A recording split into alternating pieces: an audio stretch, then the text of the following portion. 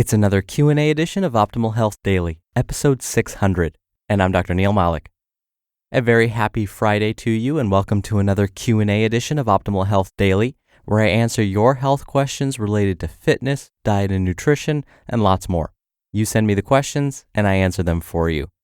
And I can't believe it. We've made it to 600 episodes, and it's all thanks to you.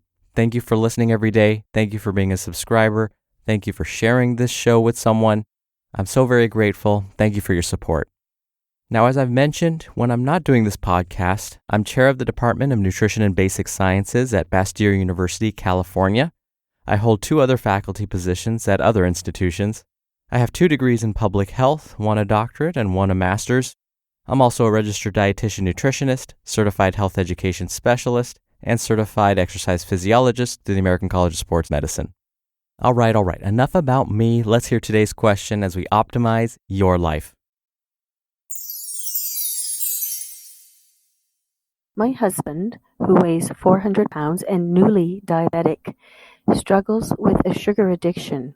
How do I encourage him to make a shift to healthier eating and lifestyle? Thank you for your question, caller. I'm sorry to hear about your husband's diagnosis. I know it can get frustrating when loved ones are not on the same page when it comes to their own health and wellness. And that's okay. It's taken me a while to realize this, but you, as their loved one, may feel more invested in their health than they do. And again, that's okay because it means you care. And even though your family member may not share the same enthusiasm for their own health that you do, that's okay too. It's because their priorities are different. And that just means they're human. But it's not that they don't care. The key is to tap into what motivates them and then keep that momentum going. You mentioned that you felt as though your partner is a sugar addict. What we need to do is discover why this is. It's often not about the sugar itself, but we need to dive into the behavior itself. The trick is this: remind them how much you care and how badly you want them to feel their best.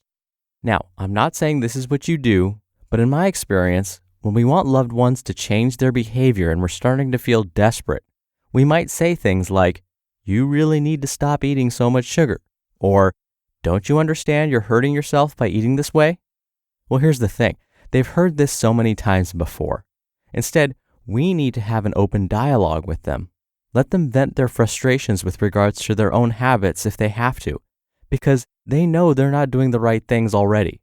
What we need to do is listen to them and ask follow-up questions.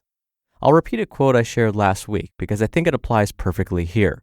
It comes from Michael P. Nichols, PhD, in the book The Lost Art of Listening.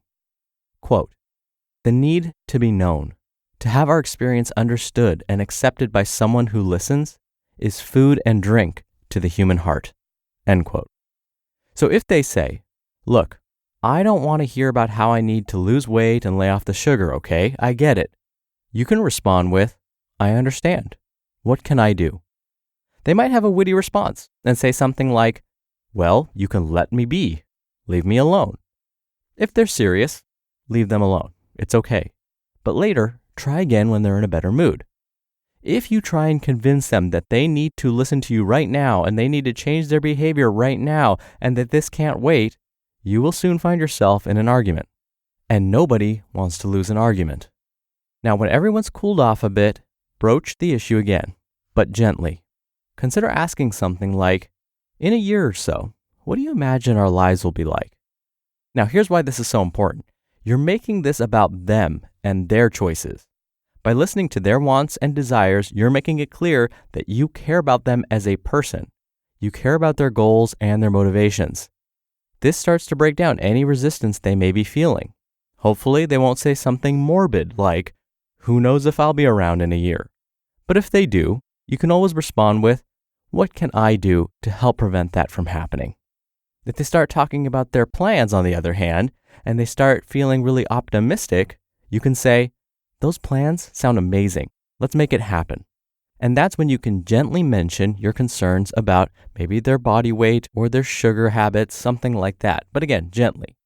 Now notice, you don't go into all the reasons why you think the plans won't work until they get their blood sugar under control. Instead, you ask permission first to share your thoughts. This empowers them and makes them feel like you really care.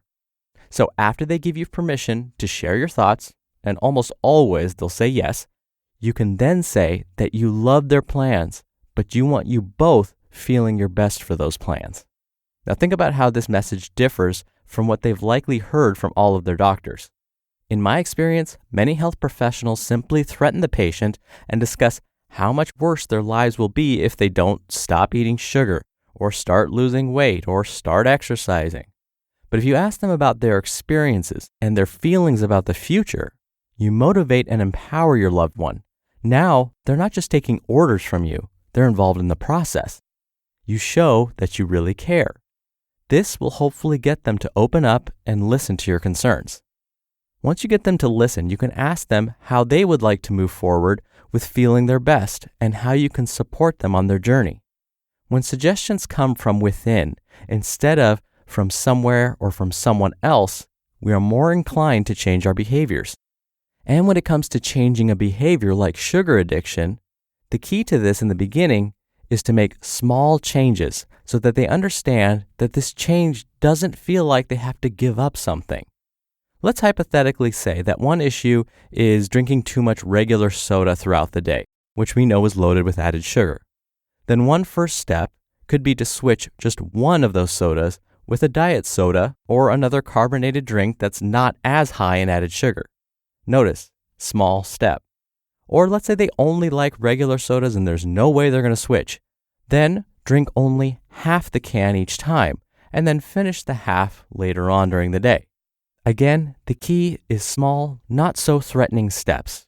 We're not trying to force them to give up something completely, especially something that they might really like. So the bottom line is this. Turn the traditional conversation about avoiding sugar and losing weight on its head. Remember, everyone is motivated by something. I gave the example of plans for the future. We just need to find what that motivation is. Then, by involving them in the decision process and tapping into that motivation and asking where they would like to begin, we'll continue to motivate and empower them. And that is often the perfect first step. Thank you again for the question, caller. You'll be entered into a very small raffle every month to win a book. And if you want to be in the raffle, send me a question. Just come by oldpodcast.com/ask. You can record right from your computer's microphone. It's really easy, and you can even play back your message and do retakes before sending it in. Or you can do it the old-fashioned way and call in. The number is 61 I love OHD. Both methods are in this episode's description, which you can find at oldpodcast.com. All right, that makes 600 episodes of Optimal Health Daily. Again, that's all thanks to you. Thank you for your continued support. Without you, we wouldn't have 600 episodes. I hope you have a wonderful weekend, and I'll see you back here on Monday where your optimal life awaits. Hello, Life Optimizer. This is Justin Malik, creator and producer of this show and Optimal Living Daily, the brother podcast of this one. Literally, I'm Dr. Neil's brother. If you like the format of this show, you'll love Optimal Living Daily too, where I also read to you from blogs, but cover other topics like personal development, finance, and minimalism from bloggers like Derek Sivers, The Minimalists, Zen Habits, and many more. So for more amazing content read to you for free, come subscribe to Optimal Living Daily too, and together we'll optimize your life. You've been listening to Optimal Health Daily. Be sure to hit the subscribe button to stay up to date on each new episode, and head to oldpodcast.com. That's oldpodcast.com for a free gift, as well as more actionable tips and resources to help you maximize your potential. Thanks for joining us, and remember, your optimal life awaits.